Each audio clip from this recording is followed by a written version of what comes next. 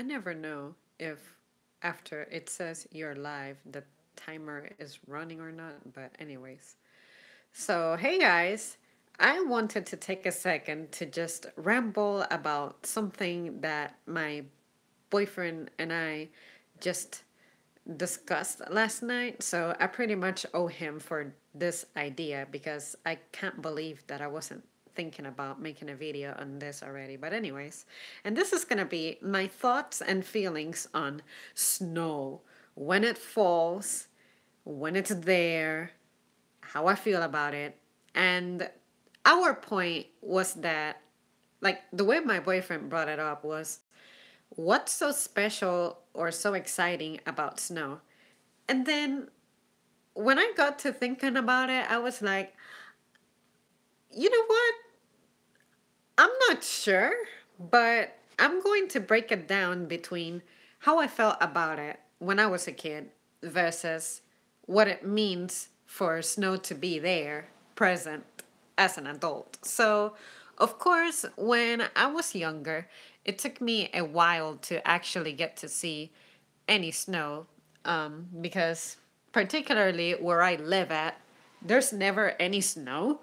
So, it was kind of shocking for me to start seeing it for the first time ever, but it's something that I had been looking forward to. Um, but because it was so little, I wasn't too pleased about it, but the fact that I was seeing snow was exciting on its own.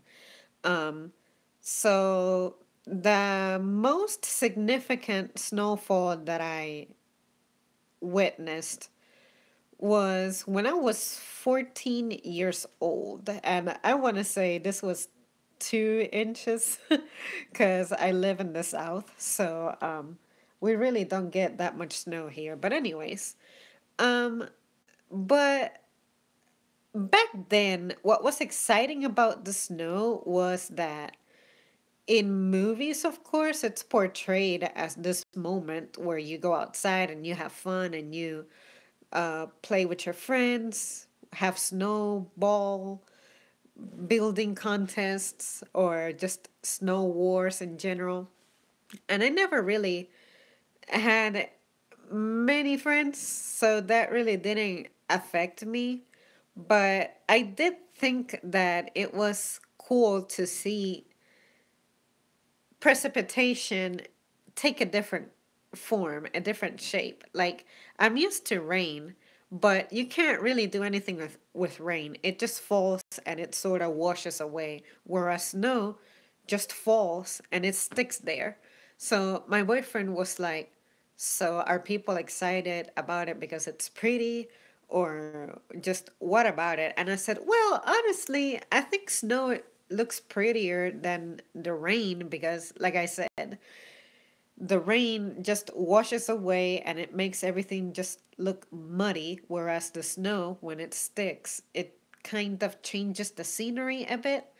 Like, I feel like some landmarks and landforms are really highlighted in a certain way. It's kind of hard to put into words, but for me, if I look at a picture of snow versus a picture of rain and the surroundings, of course, the snowy one just looks more appealing for me. But in addition, I also thought that the snow was really easy to navigate through. So the first time I saw the most significant snowfall ever, I slipped on it because I had no idea that it was icy. Like, okay, I know that snow is cold, so cold stuff is normally slippery and whatnot. But this was different because I thought that it didn't mean that the ground was no longer solid to like hold me. You know what I mean? So I tried to dash outside one time out of excitement and I actually fell. And I was shocked that I fell because I'm like, why did I fall? It's just material, it's not oily. It's nothing like that. So I couldn't understand why I fell while I was walking on the snow, you know? So, but anyways, but as an adult, my boyfriend bringing that up like that, like what's so cool about the snow, it was shocking for me that I was having a hard time explaining to him why I think people are excited about it. Because normally I'm someone who is excited when I see snow in the forecast. Like, I don't really celebrate it big like I used to during my school years.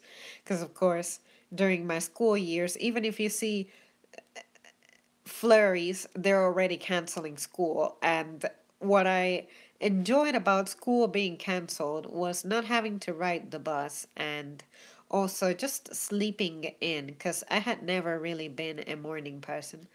Um, but as an adult, I can tolerate 2 days of snow.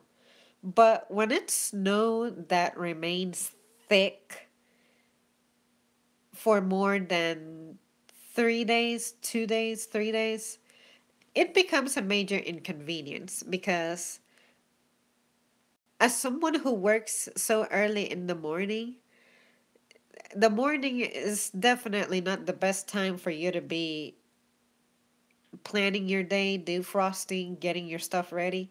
So it turns into a stress as an adult because, the stuff, if you can't make it into work, you get penalized for it. It gets counted as an absence.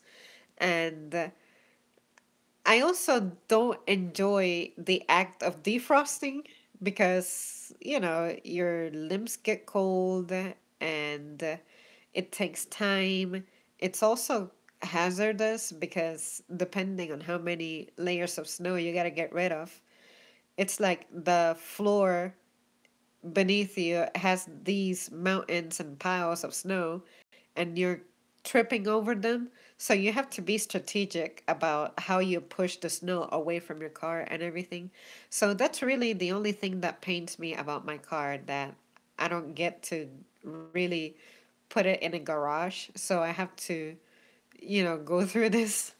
But but I don't find it nearly as exciting as I used to. I vlogged about it because last year's snowfall stuff spoiling, which is fantastic because over the summer I had one day where we were without power for about 13 hours, 14 hours, and some of my stuff clearly had gotten to a temperature that was on the danger zone. Like some stuff felt warm to the touch, like my yogurts and everything. I didn't discard it. Like I took a massive risk, but during the winter you don't have to worry about your stuff going bad. And I don't know about you, but room temperature water feels great because I don't run my central heater because it's a waste. Like this place is poorly insulated, and I have no interest in spending my entire paycheck on the electricity bill. But I leave my water on the floor next to my bed, and drinking from it feels just great because it's like it almost tastes like it's coming straight out of a stream or a spring of some sort. I don't know if you guys have ever done that, but that is the freshest water that you can hope to get your hands into. So, another thing is that when it comes to the rain, it washes away and it takes everything with itself and it's gone. But when it comes to snow, it has to melt. And if you had many, many, many inches, like I want to say 5 inches plus, it's terrible because you have these terrible, nasty, ugly patches on the ground. And it's also uneven, and some stuff lingers in the backyard for longer. Other times, as these freaking trucks or whatever like plow through the snow, they pile them up and like the sidewalk, and then there's this black spots to it. It's like all dirty and junk. And then some parking lots also have their piles and mountains of snow. And it just looks terrible and it's gross. And one year we had a really big snowfall and it took over a month for that stuff to finally melt and go away. And I thought that junk was terrible. And I was being a complete diva about it. I'm like, can this stuff just melt away because it looks terrible?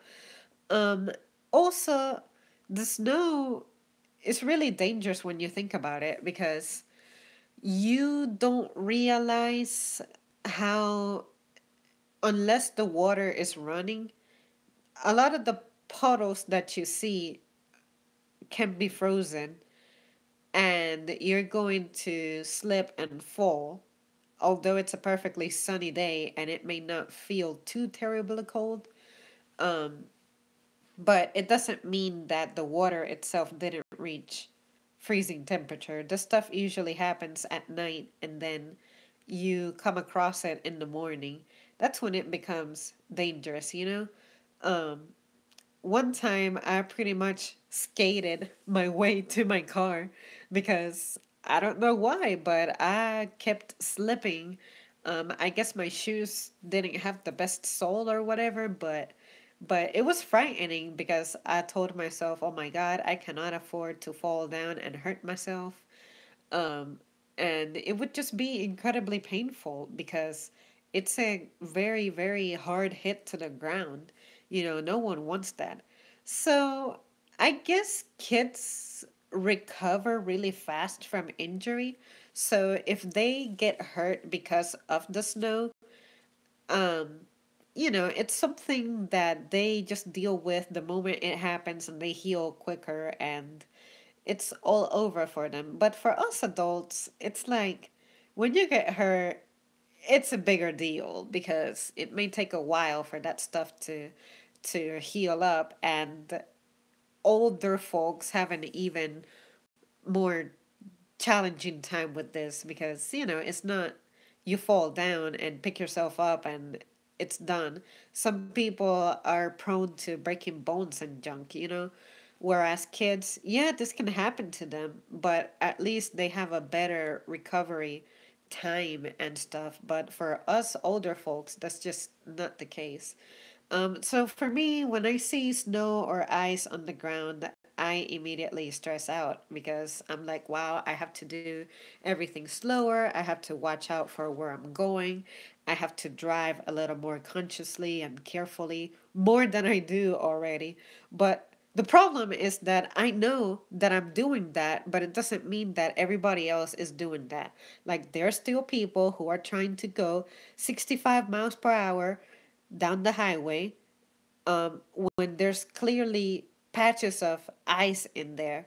There's people who still want to drive 50 miles per hour on 35-mile-per-hour zones when clearly there are, big snow piles and spots on the road. And I'm like, if you're in a hurry to kill yourself, just do it. But I don't want to be caught up in it. I'm going to take my time and not rush anything, and I'll let my car defrost as much as it can, and I am not going to try to like exploit its performance because I'm not in a hurry to go anywhere. So, but yeah, honestly, the most stressful aspect of it is work. You just don't know how stuff is going to work. Like, are you going in at the same time? My organization fortunately does very good about informing us what kind of action they're going to take. But sometimes when you're there, you're like, I'm ready to go home because at any time the weather can take a turn for the worst and you don't want to be out in the dark, driving in icy conditions and junk. So and then not only that, but imagine you leave work and then you come home and realize you have no power. It's just a very stressful situation when you're an adult. When you're a kid, you're not really thinking about it because you're being taken care of, your parents are taking care of you, you're being fed still. If you're cold, you just wrap yourself up in a blanket and no one expects anything from you, nobody asks you any questions. But when you're an adult, someone at your job is waiting for you. Someone at home wants you to bring something from the store because they are not trying to go back out in this terrible weather. And pretty much you're accountable for more things, and that can really make the experience be more stressful than enjoyable. And then what gave my boyfriend this idea, I guess, was that he was being asked where he works at, it's snowing, this and that, are you going outside, whatever. And I guess he was like, uh, you know, um, I got work to do, or it's something that happens regularly and I've seen it before, so why do I need to, make a scene about it? But yeah, like I said, never thought that I would be talking about the snow. Um, so I'm glad that my boyfriend made that comment and triggered a lot of my thoughts, because I'm like, I never thought about it. How do I react when it comes to the snow? And of course, I have changed. Just like my feelings on Christmas have changed, my feelings on the snow have changed. So, so yeah, you guys, that concludes my rambling, really. I hope that I went over everything that I mean to say, because it's just a strange topic. Like, it's hard to have an opinion on something that is naturally recurring, and you can't do something about it. And it's either you like it or you don't, but you still gotta deal with it. So, but I feel like I enjoy it more than I don't, because where I live at, it doesn't last very long. So, life is pretty much coming back to normal after tonight, because there's no more snow in the forecast. The next day that's gonna be brutally cold is going to be Tuesday, but I mean, all you gotta do is wrap up for that. And my concern is that tonight, anything that's out there, like puddles and whatnot, it's definitely going to freeze. So I just don't want to be caught in that in the morning. So I'll give myself an extra half hour to get to work so that I can go at my pace, go slowly, not have to rush anything. So, so yeah, that's really it. That's really all that I have to say. Just layer up, and if you have to be outside to defrost anything, wear a layer. Try to throw some plastic on you, so that water doesn't permeate into your clothes and whatever. So yeah, that's really all that I can think of to say on this matter. Snow sucks, but I enjoy hearing you talk about it. Well, hey, Erin, it's about time that you showed up. I feel like I haven't seen you in a stream in a while. And thanks for telling me that you enjoyed what I had to say, because honestly, I just laid down and I just started talking. I had no idea what I was going to say. So I just decided to roll with it, because it was interesting that some people get excited about the snow. Most people do, but I'm like neutral about it. So I was trying to understand why I'm neutral about it. And then my boyfriend was like, I freaking dislike it because it's a major inconvenience. So it's one of those things that when you grow up and you really think about what stuff means and how it affects you, that's when you're like, oh, it's not as magical anymore as they portray it. I've been working 12-hour shifts 6 days a week, sweetheart. I miss your streams. Dang it. I'm sorry to hear that. It really stinks that nowadays we have to work so terribly much, and that we are not um, in control of our time. I don't have that situation to where I need to work 12-hour shifts. But I have done that before. I have worked a 10-hour shift and I said, never again, even if I have to skip a meal or something. I just do not want to put my body under that stress. So I must say that I admire you because that it must take a lot of determination, especially someone who I see you as someone who's like nice and chill regardless. So the fact that you're working so hard but you're still like standing, functioning, willing, and not being mean or not trying to be a troll in the internet, that says a lot about you. So just know that I admire you and I hope that that you get to have a life somehow. I know it must be pretty tough, but at least, you're alive and you're here, and it's good to read from you. So yeah. Um, and yeah, I'll be streaming more regularly, and I'll try to do it at random times to sort of like give everybody a chance to participate too. So yeah. And you're welcome. Seriously.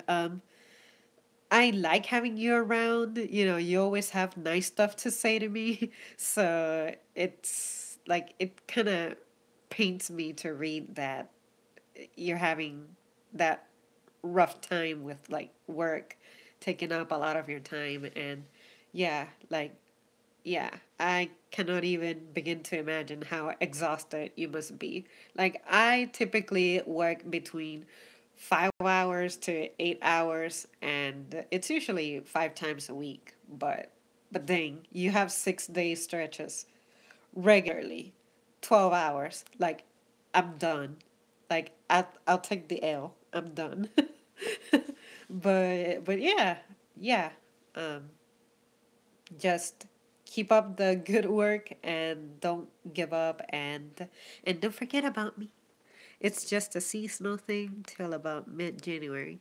Well, still, just because it's something that's not permanent doesn't make it right the moment it happens.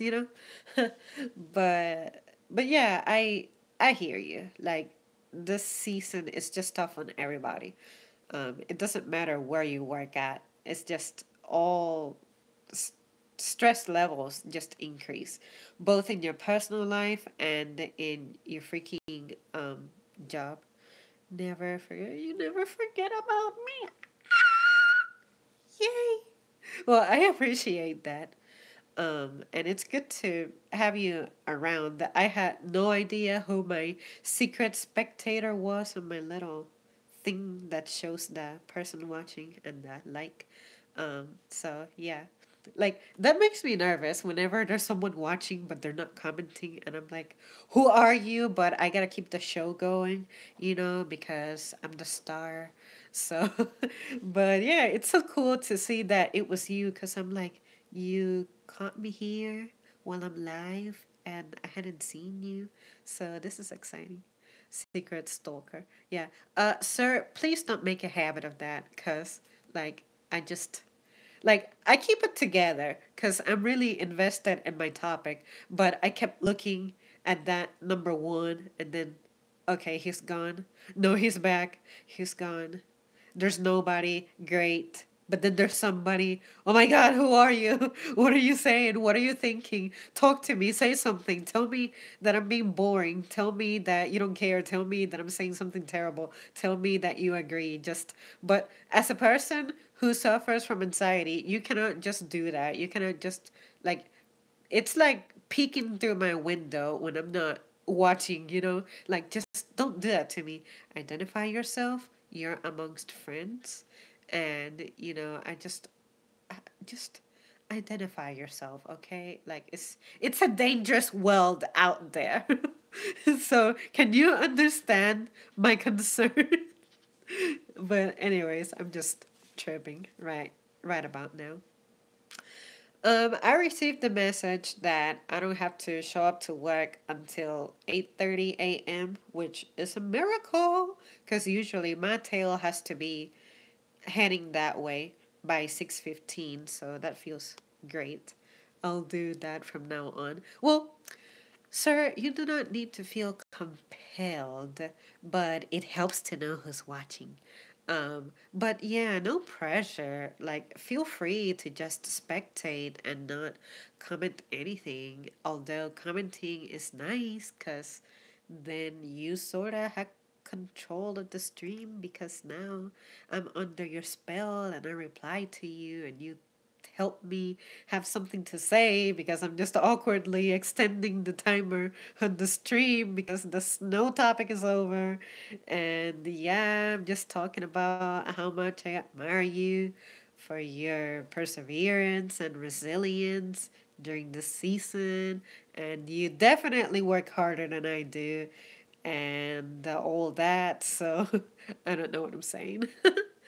But yeah. Um, oh yeah, by the way, I still have my hair. It's gotten longer. It's in a braid. I'm also like playing with it. And yeah, I'm laying on it, so it's gonna look terrible. So I definitely am not anticipating a hair compliment to love the hair. Oh, really? Thanks. Cause I was just like, yeah. I know you're like my hair fanatic, so that's why I was just telling you about it, but you like it still? Oh my God. That changes everything. I just love how I was roasting myself for my hair and the appearance, and then you're like, I love it. You're amazing. People like you is what I need in my life to deal with my self esteem and security issues. Because I'm over here like, oh, wait, this is the guy who, like, typically, like, you're probably subscribed to me, probably because of my hair. So, like, I felt like I was not fulfilling an expectation. So I'm like, oh, sorry. I should have wore my hat. But but I don't want to wear my hat, because then it starts pulling on it, and I can feel it being plucked. And then I look at my hat, and it's like my hat has another. It's like my hat becomes another extension of my hair, and I'm like, no, no, whatever, no hats. But it's cold. I have to wear a hat. That's why in my last few vlogs I've had to wear a hat. Stan! How are you? You have arrived at a great time. A great time being pretty much the conclusion of the stream, but it's great that you made it to this one, because I feel bad that at the times that I stream, I don't seem to catch you anymore. So that's awesome. Two of my favorite people are here watching me. That's amazing. So yeah, more on the snow. Um, Wait. The reason I went quiet is because I'm hearing something and I'm like, it's not snowing again, is it? Because it shouldn't be snowing anymore. But anyways, also I'm downstairs, which I'm never downstairs. So when I hear something, I just get paranoid. I told you I watched them all. Aw. So really, you're one of those people who watches but you don't comment. Just like I just got through just lightly roasting Erin for being one of those secret stalkers and not revealing himself. And now you reveal that you participate, but you don't show yourself. You guys are just playing with my psychology a little too much. Just be a little gentler on me, because this is just not easy on me. Nah, just kidding. But yeah, thanks so much for tuning in, you guys. I never thought that I would have anybody ever watching me, whether live or pre-recorded, anything. Please, no more snow. I'm in the Midwest, so it can get bad. Oh, absolutely. Like the Rocky Mountains type of thing. Like, I know that Colorado has the worst stories that I have heard. Like, my I have, it's not really a family member of mine, but she was raised with my mom, so it's almost like she's family. And oh my God, I see her posts on Facebook and I'm like, girl, bye. You can keep that. I'm not interested. It's not a stalking thing. There's not much to comment on. That sounds like I cannot trigger some thoughts. Oh my God, Stan, I just remembered something about you. There is this comment, of course, that you posted about a month and a half ago. It's kind of lengthy. Um, I don't remember what it was on, but I was like, I need to get back to this man because he posted this a while ago, and I feel bad that it's a great reply. It's elaborated and everything. It's something about the way it started was something about not having time for everything, something like that. And I'm like, yeah, I need to finish reading that and I need to reply to it. And the reason I haven't gotten to it is because it got sent to the held for review section of my comments, which means that I didn't get notified of it. And I caught it because I was waiting for someone to send me something. And I'm like, why are they taking so long?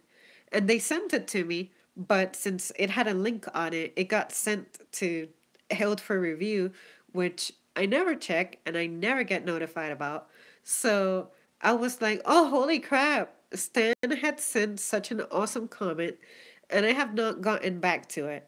So I haven't forgotten about you. You probably forgot what the comment was, but I'll get to it. It's just taking me some time because have like I'm trying to do a little bit more vlogging and addressing stuff as I go, as opposed to spending a long time in the comments. But I do get to everything. But your comments sometimes include like an article or a link that I gotta read. So I don't want to give you like a half ass response without reading that stuff. So I'll get back to you slowly, but I'll get back to you. I just wanted to let you know what happened and that I did get the comment. It's just that I got to it late because freaking YouTube and I don't even know why it needs to ban your comment from being normal, like normal notifications, just because it has a link on it.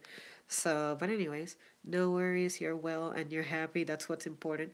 Of course, yes, it has to do with one of my topics where I was like tripping or something, and then of course you're like, life happens, which I appreciate your support so much because a lot of the stuff that you have said to me has helped me just feel better and just realize that there's nothing wrong with me, stuff is normal.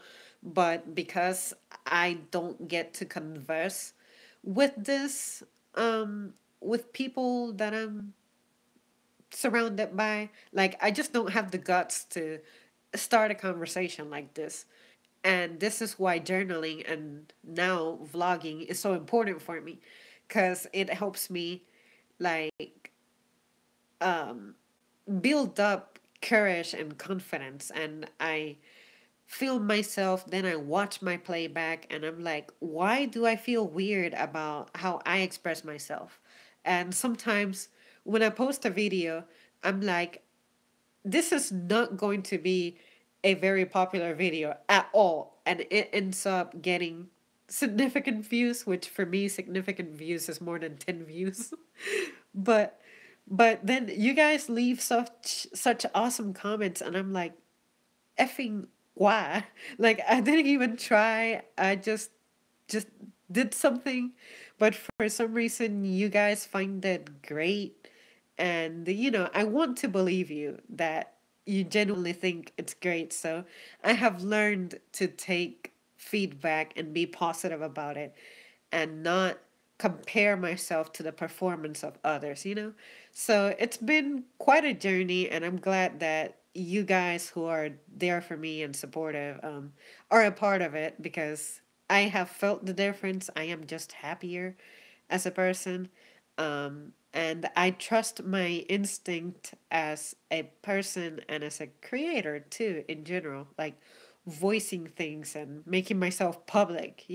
Like I was always that one person in theater who got like decide parts, you know. I never wanted to be a main protagonist, but in this channel, I am the protagonist. I am like the center of attention, and I'm just not used to that. So it's been quite a transition for me. You have looked brilliant lately, very high energy. You know, it's funny that you say that because I feel like when it comes to the channel, I wanted to have a very consistent image, but when I first started vlogging, I had this degree of insecurity because I have never been comfortable about the way I sound. And if you were to interact with me in person, I call myself someone who's really dope because I'm just pranking, pretty talkative, and everything. But when it comes to groups and open spaces, like public spaces, I am super shy. But if I'm in my house, which I am right now, I am by myself because mom went out of town. Um, and I'm on a one-on-one with you, I can be pretty fun to be around because I feel like the quality of the interaction increases because I can focus on you and just you, and vice versa. You can focus on me and just me. Whereas if there's a group of people or you're busy, something gets lost, you know? Dope is a great word to describe you.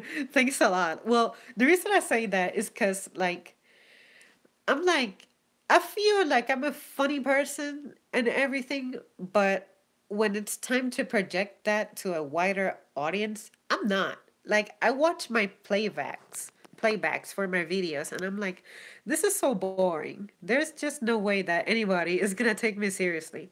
But then I also remind myself that the point of me vlogging is because it's a replacement for my journal. My journal was a very depressive document because that's where I vented about the stuff that was bothering me or making me sad and everything. Now, the difference is that, unlike my journal, my vlog allows for people to find me and give me feedback, whereas my journal could not do that. I feel like I messed up that sentence. Did I say vlog? Well, I meant journal. My journal cannot talk back to me. Whereas putting a video and make it public can make people find it and you'll give me your feedback. And then I realized that I'm normal. You know, I didn't think that I was doing well, you know? So, what the point that I was trying to get to is that this energy that you see, this is genuinely how I am as a person. Because right now, there's two people watching. I know that I have an audience right now immediately. So I'm excited that I have someone present. I'm interacting with you guys.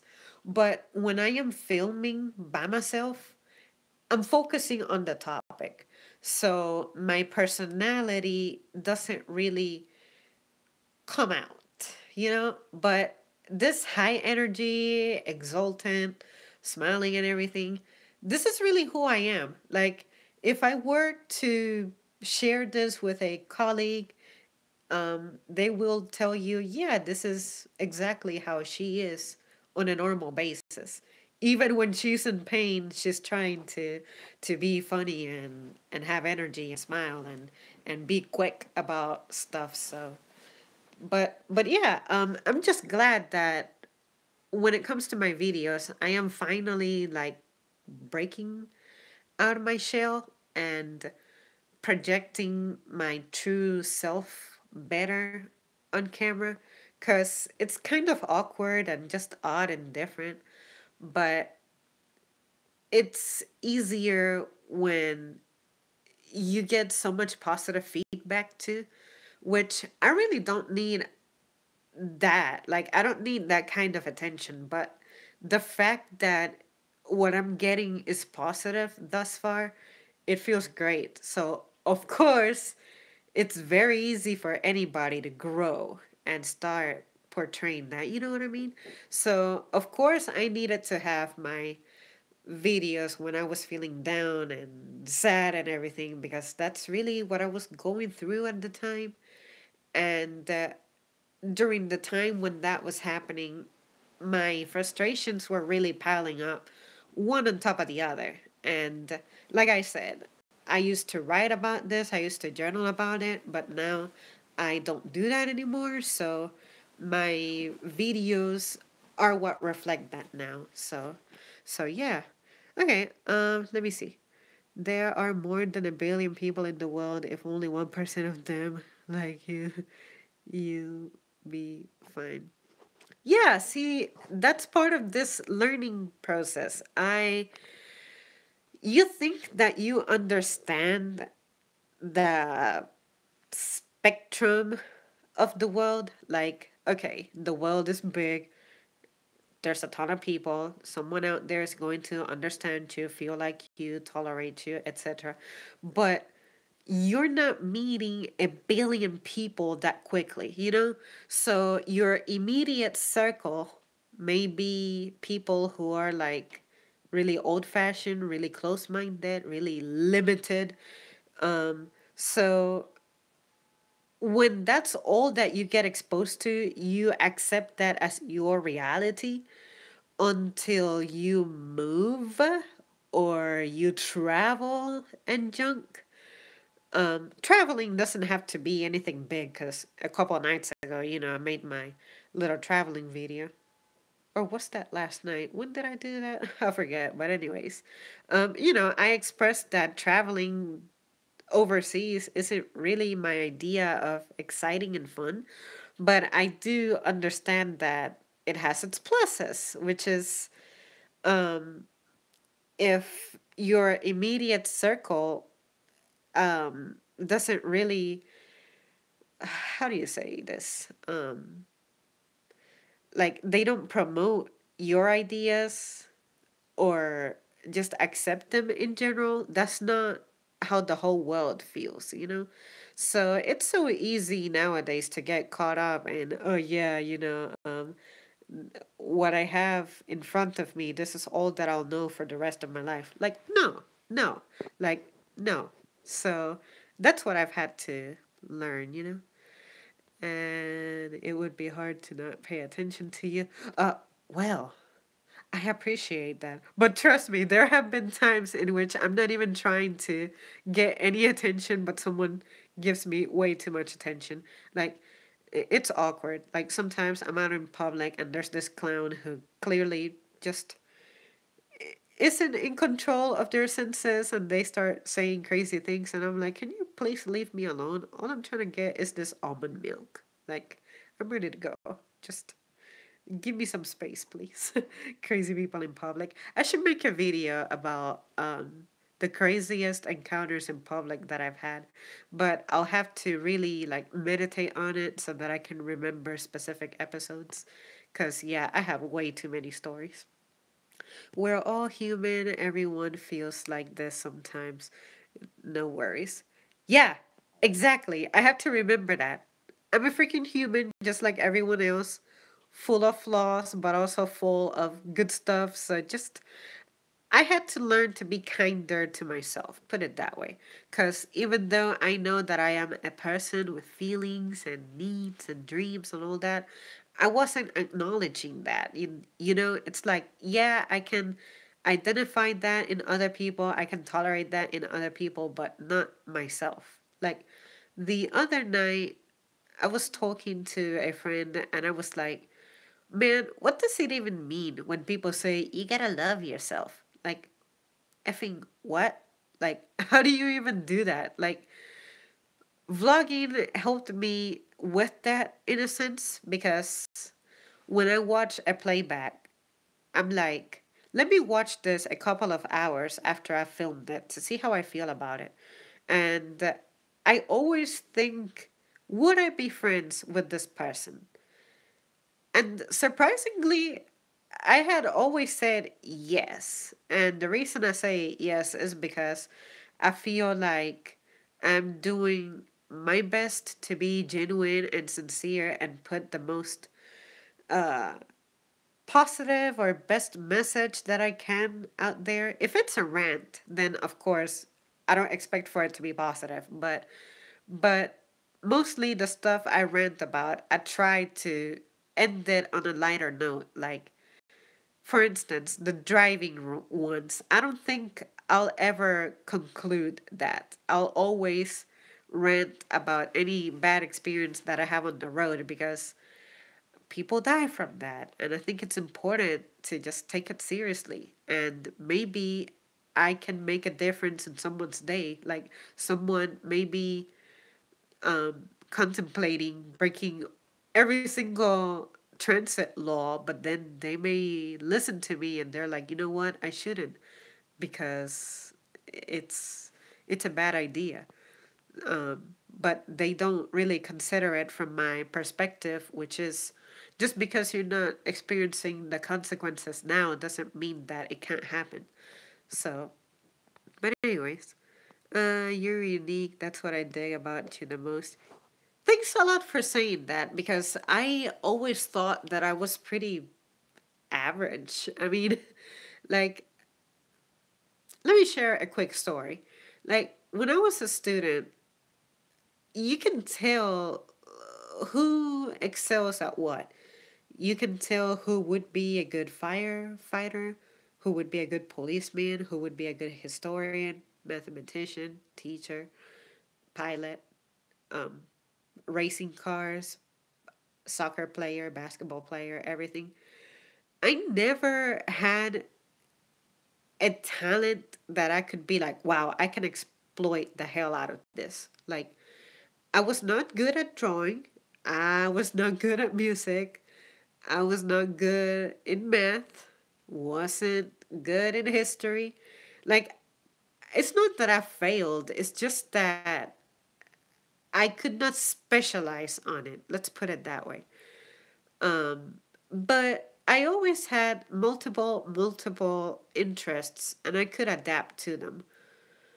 But that took a hard toll on me. Like, it depressed me because I was thinking, my brother, it's decided that he's going to be a pilot.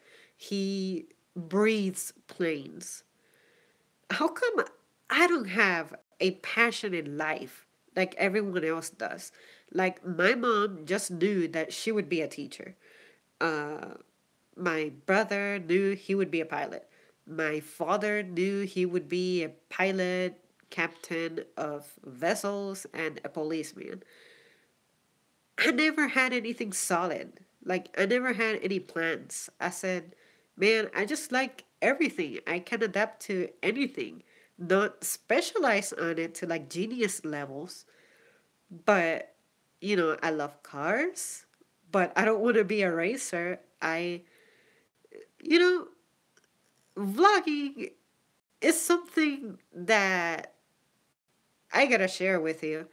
I didn't think I was going to stick to this very much. I want to be a TV personality. I'll get to that in a second, Stan. But but when I started filming, I didn't think I would stick to this for long because making videos, organizing clips is very time consuming and I don't enjoy organizing things very much. But I do like the fact that I have created something. Every time I make a drawing, I'm like, this looks fantastic. I invested 10 hours in this, but it looks great. Um, there was this drawing that I spent 5 hours on, and it's not, you know, incredible artistic level, but you can tell that I put time in it. And I look at it and I'm like, I really created that? How? But but anyways, when I started vlogging, I was able to stick to this. And now I just wish that I would have started with this a little sooner. But at the same time, I look at it as I needed to start it with this mentality at this age because I feel like I'm handling my channel in a responsible way. Like, let me give an example. I didn't start driving until I was 18. Most people start driving like informally, as in a clandestine way, when they're 14, 15. But by the time they're 16, they're getting their permits and everything. I told myself, I don't want to do that because my attention span is pretty limited. I don't think I can handle the multitasking of being on the road, watching out for traffic, watching out for obstacles, the weather, how the vehicle behaves. It felt stressful. Just observing my mom driving, she made it look easy, but I know that she was going through a lot. So I would ask her, Mom, when you're driving, what are you looking at? Why are these lines shifting the way that they do? It's like I was asking questions to have a background on what it means to drive. So with vlogging, if I would have started at an earlier age, I feel like I would have made very, very poor topics, as in, I would probably sound very intolerant and angry and just not be my best version of myself. And I'm not going to go out there and make content when this is not how I behave in public, you know? Yes, Erin. If you look at some of my vlogs when I'm in my room, everything that looks drawn, I made, except for some solid snake images. I think I have a video somewhere where I give you like a little tour of the stuff that I've drawn, but maybe on another live stream I'll give you a quick tour and show you what I'm talking about. But let me see. I'm going to start drawing again here soon myself. Used to when I was younger, and I was pretty damn good. Love to see some of your works. And this, okay. But yeah, I'll show you what I have done because maybe I might have made that video private. I don't know. Something happened. Have you played Phantom Pain yet? Negative. Um, I have watched it. I listened to the tapes. I watched everything, but I don't think I'll ever play it, honestly, because I don't have the means to. And honestly, I don't care to. Gonna binge watch your earliest vids when I get a chance. Well, sir, please do not pressure yourself too much because they'll always be there. So just take your time. They're not going nowhere, unless the internet goes somewhere. But anyways, back to what I was saying. So I'm glad that I started vlogging in my mid 20s because I feel like this is a better time for me mentally and emotionally, and the way I am portraying myself and how I have seen my growth, I feel like it's very responsible. So I cannot say that I have posted a video that I regret, you know? Any videos that I have made private or whatever is because I want to reshoot them in a better quality. Like, I feel like maybe I forgot to mention something and I want for the topic to be addressed in just one setting and not have my information scattered. Like something about starting to discuss something and then continuing it randomly on another part. It's just a big clutter for me, and I like to be organized. I like to follow structure.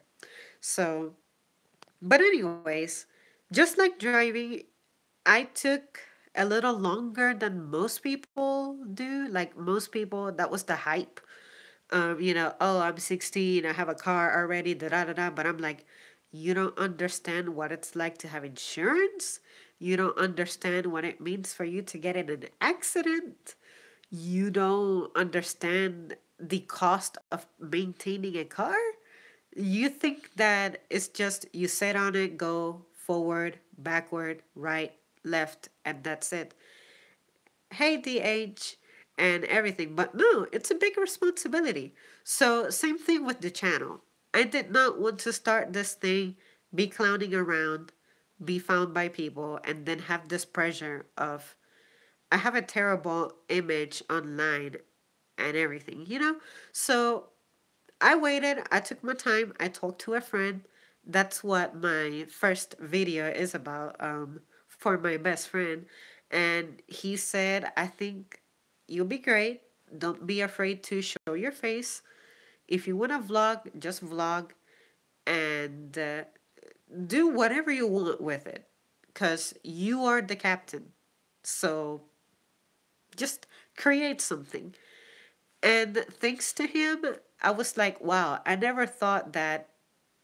Okay, I've known that I'm a creative person, but I had no idea that I could do this. Like, film, create videos, play them back, and be like, I can feel proud about this. It's me. I'm listening to myself. This is how I sound. This is how people see me from a third person perspective. And I may not think the way that you guys think because you guys are individuals and you have your own opinions that I may never contemplate that a person can generate. But at least when I listen to myself, I'm like, I like this person. I would be friends with them. So I just like the fact that when I say something, I don't regret it. So I feel like I'm handling it very responsibly. And also, Stan, this is where your point kicks in about TV personality and stuff. Given that I have remained consistent with this for a year and a half, I feel very happy because um, I have held to this for long. Usually, when I start drawing, for example, I started drawing when back in 2014. I didn't know I would ever draw anything that you could look at and be like, oh yeah, I know that's cast from Metal Gear. Never thought that. But it happened. So I said, okay, it is possible to get better at something when you practice it or when you try, which I wasn't even trying or practicing. It's just one day I woke up from having this terrible disease. I got over it and I attempted to draw, and it turned out great. So I did not remain consistent with drawing. I haven't drawn in 4 months now, or 3 months. Let's say 4 months. Music. I practice it on occasion, but I give up on it because I either don't progress at the rate that I want to, or I don't find it fun. I may find that stressful because it's something that I just do not dominate, so I associate it with stress because I want to be good at it, but I'm not putting the work and effort that it takes to get good at it. So I don't know why I'm being that way, but maybe that's just not exactly where my calling is at. I can enjoy it, I can have fun with it, but it's not what I have to focus on. Vlogging, though, if you look at it, the only time that I have slipped up with it was back in May, and it's because my phone had its issues. So I had to send it away, and I pretty much missed the whole month of May um, vlogging. So as soon as I got my phone back, I got back to it because I said, "Oh my God, I missed this. I I really miss it. Like I can't be without doing this. I don't even know why I find this so appealing, just pointing my phone at my face and then shooting something to replay later. Something about this, I just really like it. Um and I feel like there are times that I tackle a topic that I'm excited and passionate about, and I feel like I'm investing my time pretty productively. So this is so exciting for me because this is creating in a whole nother level. You know, when you're drawing, you're creating something. When you're playing music, you're creating sounds. But then something about creating a video is it's a different kind of satisfaction.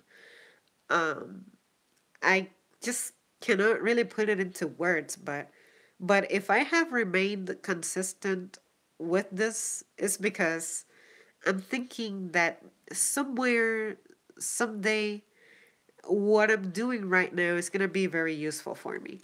And I feel like I needed to do this whole vlogging thing to discover that I am fine with myself. I sound all right. I don't have to be insecure. The folks who meet me are really pleased with me, which I'm not one of those people who I really sweat what people have to say about me, you know? But some people do tell you stuff that holds a key to solve a puzzle in your life. So, like, most of you guys have taught me invaluable lessons, stuff that I wouldn't have ever have heard of had it not been for your input. That I value. So maybe that's why I needed to do this because it's something that I was not familiar with. So by exposing myself to it, I realized that I can excel at this. So just because I'm not consistent at drawing or writing anymore or playing music doesn't mean that I am a failure at everything that interests me. It's just that everything has its season, but there is the one thing that I can stick to, which is this. And let me caught up with what you're saying because I feel like I need a break from the sound of my voice. Just kidding. Let's see. Okay. I did the same thing. I watched the walkthroughs, and when I finally went to play it, I didn't like it. We need to schedule a live stream to discuss what was good and bad and wrong and disappointing and depressing about Metal Gear Solid 5 because that deserves a whole video. I feel like I made a video on it, but this deserves like a 5 hour long stream if you let me do it because oh my god. You know what it's like that it's 2013, they drop a trailer. I'm looking forward to it. It's so mysterious, you know, Kojima doing his thing and everything, and I'm a part of it because um, when Metal Gear Solid 4 was coming out, I really wasn't following it. Like, I wasn't watching E3. I didn't even know E3 existed. So, but then with Metal Gear Solid 5, there was this like Twitter stuff and trends, and you know, it was being really loud. So I was able to, follow it. But when we get the product, it's like we get an MF broken game. I don't care what people say. MGS5 is incomplete. It was disrupted. Konami messed it up. They messed me up because it's my favorite franchise. They effed up my childhood and now my adulthood because Metal Gear Solid deserved a much better conclusion, and instead we got this thing which stream. I'll announce it. I'll let you know when it's happening. We'll rant about it. And yeah, you're right. It was not the best that we could have gotten. So yeah, yeah. I'll make myself a note, and I won't forget about you. Um, yeah, we have to discuss it. We have to discuss it. I take a break from watching Godfather as advice. The snow getting to you. No, sir. The snow is starting to like go back. into the atmosphere or into the nearest stream or river, and then probably cycle again for the next time when all of the weather circumstances that need to, line up for this event to take place, happens again. So, anyways, I tell them accidents are the worst ever. I remember my first time driving in the snow. I didn't know you couldn't speed in snow, and I wound up speeding out and crashing into a parked car. Oh my gosh, yes. Pretty much the key to driving in the snow is just go slow, take your time, test your car, because not every car reacts the same way. Um, my car is front wheel drive, and it has this button. It's called track. The symbol for it, it's like a lane that has like a squiggly line to it, and then the car is in the middle. How can I put this into words? I used it last year. It was really useful for this one snowfall where the ice and the snow, there were multiple layers. And I remember I was at a Walmart, and somehow in the 4 or 5 minutes that it took me to go to a store and come back, um, I guess the snow thickened somehow, or it got extra cold and stuff just froze in seconds. But I was having a hard time backing up from my spot. And then my tire just wouldn't have the traction that it needs or whatever to, make my car move. When you press the track button, it says that it's off. And pretty much what that does is, how can I say this?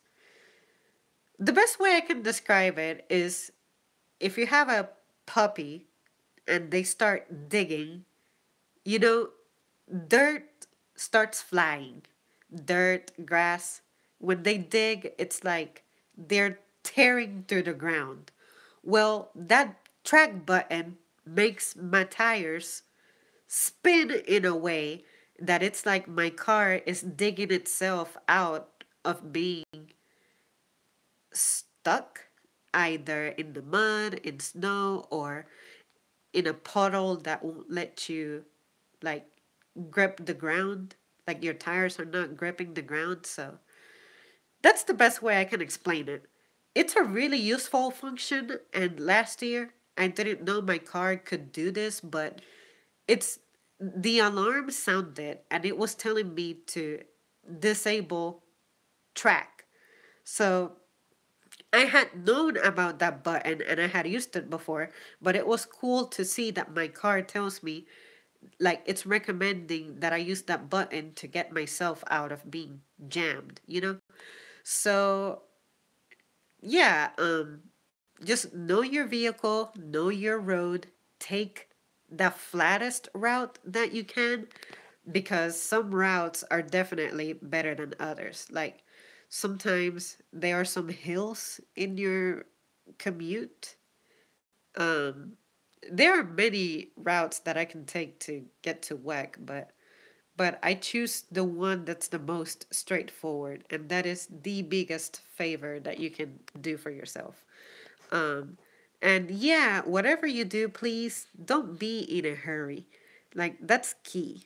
I feel like most disasters can be prevented if people just took their time, just chilled out, and understood that life will continue to be life.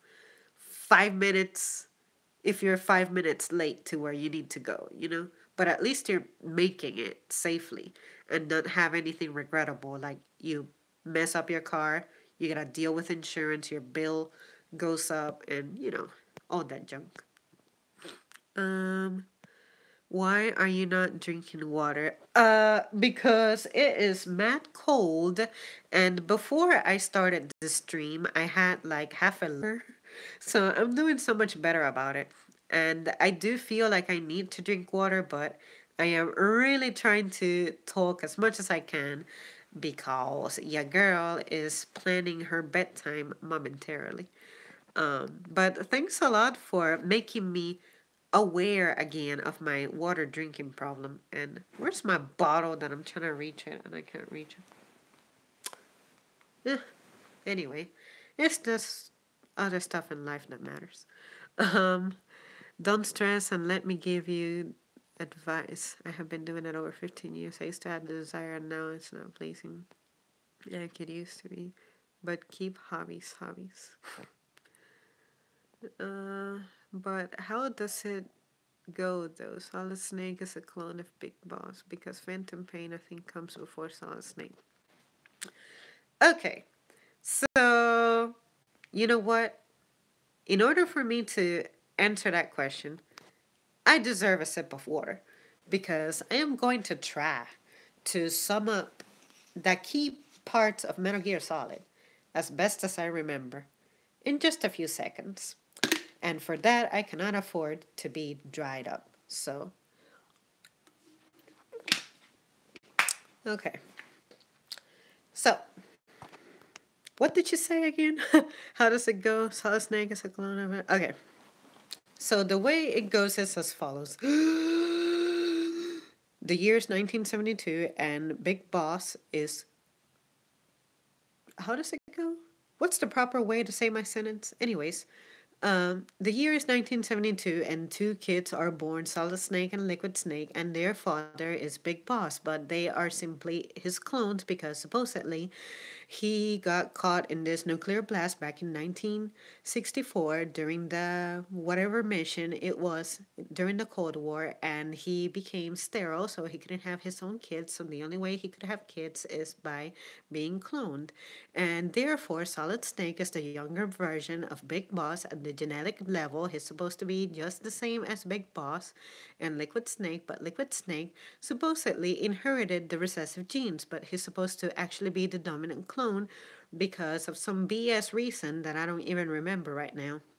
But originally, they were supposed to have been octuplets, but somehow the other six siblings were sacrificed so that Solid Snake and Liquid Snake could be the ones left over.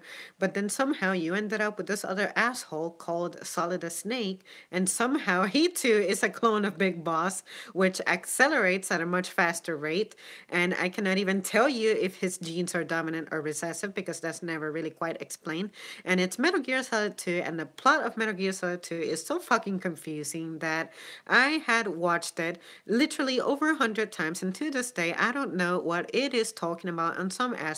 Now that I'm older, I should really go back to watching Metal Gear Solid 2 because I can possibly put some pieces to the puzzle together better now that a lot of its politics are relevant to my present, and that is my cat. Please ignore him.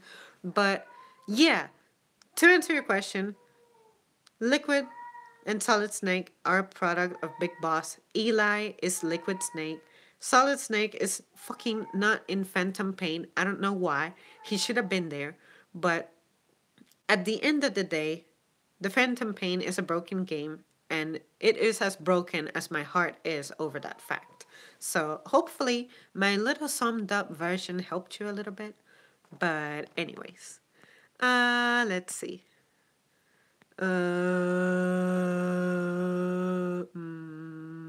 Okay. I didn't know what to do. I had taken the car without permission, and I never steal your parents' cars, assuming it is your parents' cars. But anyways, just don't do that. That's just yeah.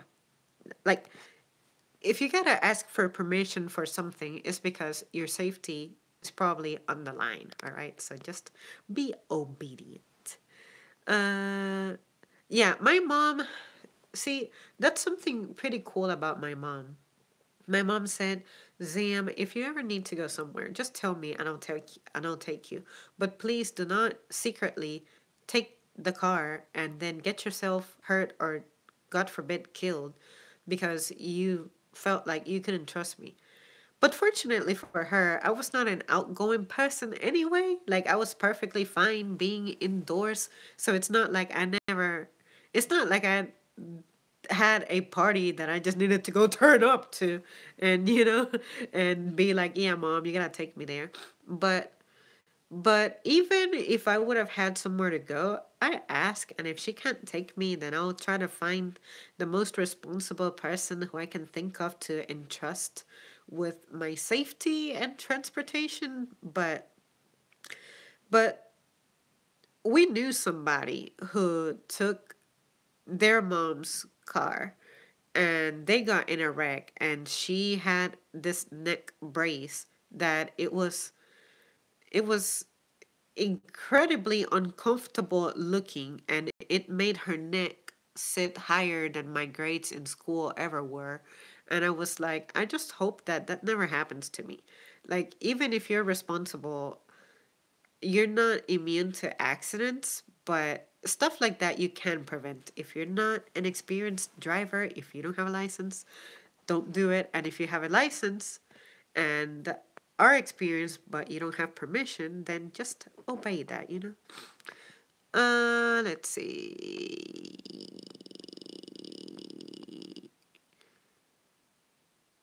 I actually walked off and left and tried to go home like nothing happened. My dad was hacked. Of course, I mean, a vehicle, unfortunately for you, it's a very easy to miss vehicle, as in, if it's not in the parking spot, it's like, hey, I missed my car. Where the fuck is it? So, so it is very like, yeah, there's no way that you could have hit the fact that the car was missing. That's all I'm saying. It's very conspicuous. I had the track feature on my GMC truck. Okay, that's cool, because for some reason, every time I tell someone about that freaking track button, they look at me like I'm retarded, and I'm like, I guess it's a Toyota thing? But but yeah, I'm glad that you know what you're talking about. It lowers the tires some. Okay, cool. That is a better explanation than all the digging around that I try to say. It helps sometimes, but not always. But if you're running front wheel drive, is best. My car is front wheel and the weight of the engine helps. My truck has four-wheel drive. It's funny that we're mentioning four-wheel drive and junk, because I've always wondered, what does it even mean? How would a car even be rear wheel drive?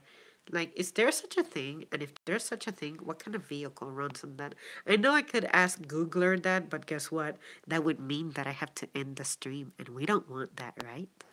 Um, let's see. My old truck had rear wheel, but I had to put.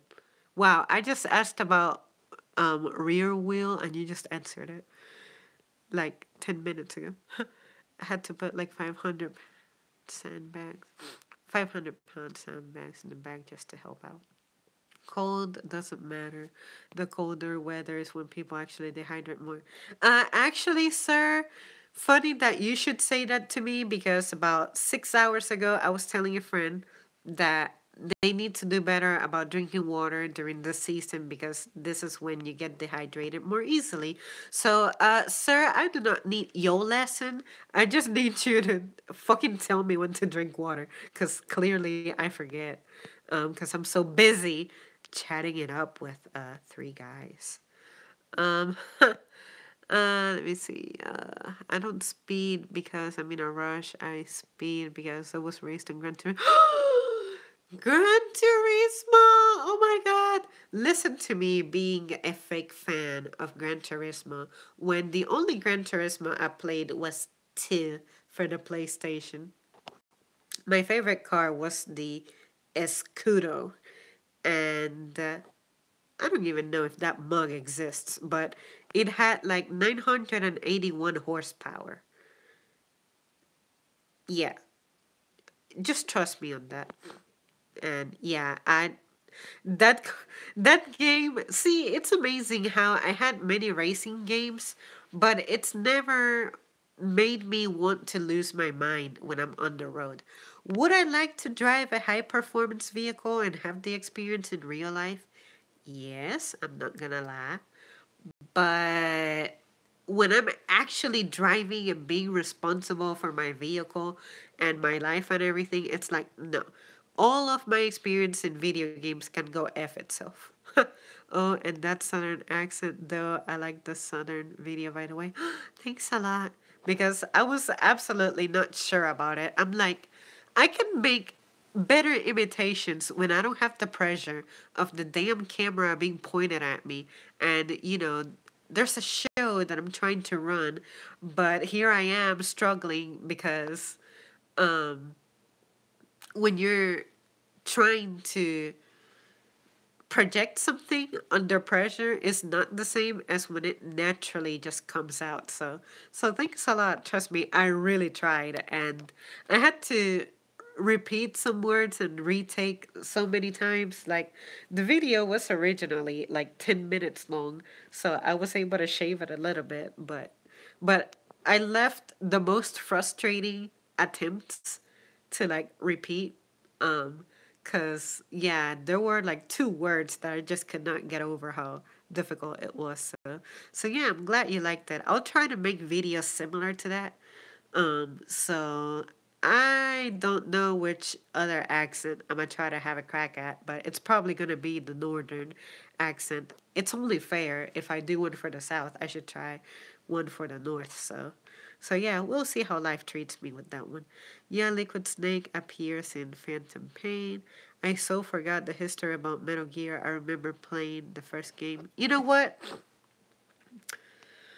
I used to know the story of Metal Gear better than the story of my life. It's like I breathed that. I would breathe that. I would have that for breakfast. I would drink it. It's like Metal Gear was my heartbeat, but now it's been like 5 years since I actually dedicated to it, and I'm like, wow, it is possible to forget stuff. But you cannot ever forget the basics. I'm about to download the game now and play it. Yeah, dude, Metal Gear is so worth it. I encourage everybody to get into it. The thing that bothered me about Phantom Pain is that they don't let you kill anyone, so if you knock them out, they just wake up and reappear in inconvenient places. Yeah, I think it's cool that the Phantom Pain uses an advanced engine, like when it comes to games. What do you call that? Like the operating system of the PlayStation, the engine, whatever, the Fox engine. So it's cool to see that the AI is like more intelligent. It's not as predictable as it's been in past games, to where you could just know the pattern. This time, the time of the day made a difference. Stuff like that. But oh my goodness. For me, the most frustrating part about Phantom Pain was the fact that the game was broken, the game wasn't finished, and just like that video that I made about my opinion on modern games or whatever, um, there's just no way that I can get into playing those games because I grew up with simpler mechanics. So I've been watching a gameplay of Breath of the Wild, Zelda Breath of the Wild, and I'm loving what I'm seeing. I love the scenery. I love watching this game, but there's no way in hell that I want to play that game because there's so much that you had to think about. You had to switch back and forth between gears and pages and look at the map and zoom in and zoom out. It's just too much work. When I was growing up playing games, my games were like linear, which means that as I go, I can adjust the settings of the character to fulfill my goal in the game.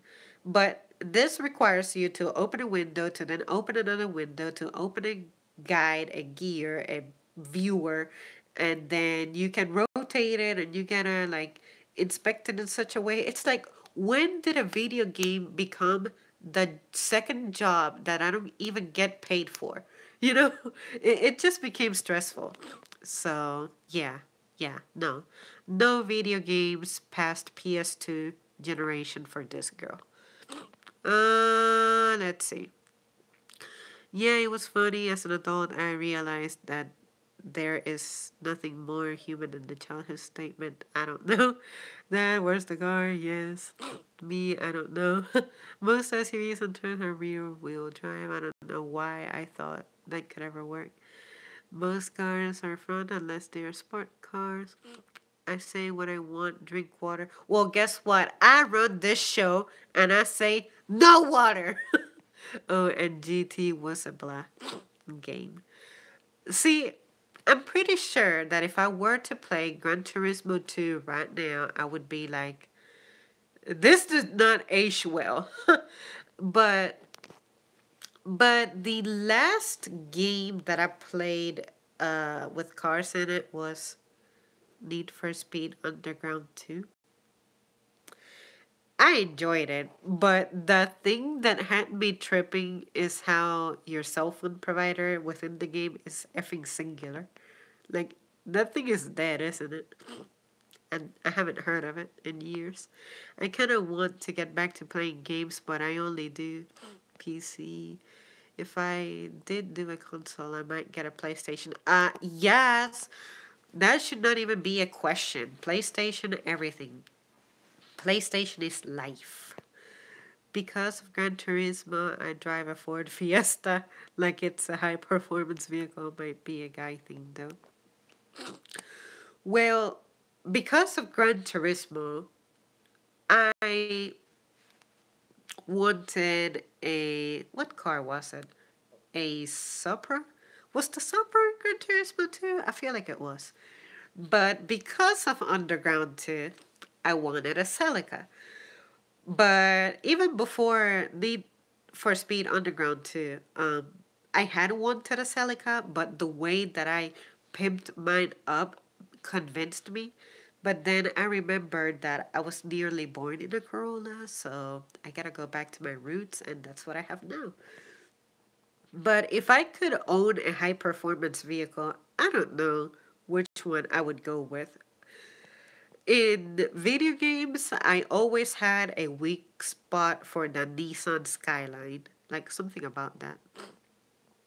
My brother saw one when he went to Japan, and I'm like, oh my god, it's real. PlayStation was my console. I remember Diablo. Oh my god, the best game ever. You know, a lot of people have said that. I never played Diablo. But yeah, I've heard a lot of people tripping about that game. PC is the way to go. The cost of a game in PC covers itself. For games, it was. Oh, I have been on PC for so many years. I stopped playing console after PS2. Yes! Another person who, listen to me being excited, but another person who stopped supporting the nonsense of all these advanced consoles. Seriously, we didn't need anything beyond PS2. I know that it wasn't too long ago that the last PS2 was produced, or the last PS2 game. What was it? I think the last PlayStation 2 was made in like 2015 or something. I don't know. I am 32. I have been playing games on PC when it sucks. Remember, I work in IT. Alright, well, guys, I am going to bail on y'all because I see that it is like 12:10, or, well, past 12 already. And yeah, this girl has to wake up in the morning, so I'll get roughly like 6 hours of sleep, which is good, better than what I normally get anyway. So it's been fun. Thanks so much for joining me. You guys just sort of like crept up on me. I had no idea that I was going to have you guys in here, but that's great because I start off with like nobody watching, and then you guys start joining in, and it becomes all fun and games until your girl has to go. I did check your email, but I just did not have anything to say. But I guess I do have to reply to the one about that page that you created or something.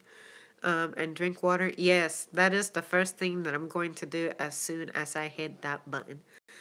So yeah, guys, thanks so much, and I hope that all of you have a great night. And yeah, do not be like me. Do not stay thirsty. Sleep well. Talk to you later. Yeah, thank you guys so much. And yeah, girl, we'll be back.